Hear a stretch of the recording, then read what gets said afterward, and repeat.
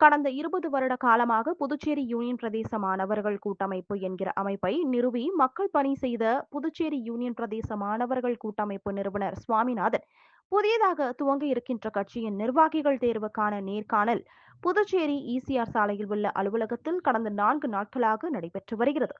நிர்வாகிகள் தேர்விற்கான நேர்காணலில் மக்கள் நீதி மய்யம் கட்சியை சேர்ந்த நம்மவர் தொழிற்சங்க பேரவையின் மாநில துணை ஒருங்கிணைப்பாளர் பானுமதி ஆதரவாளர்களுடன் நிறுவன தலைவர் சுவாமிநாதன் முன்னிலையில் தன்னை இணைத்துக் கொண்டார். மேலும் பல்வேறு சமூக பணிகளில் ஈடுபட்டு வரும் சமூக ஆர்வலர் டேவிட் ஜோசப்,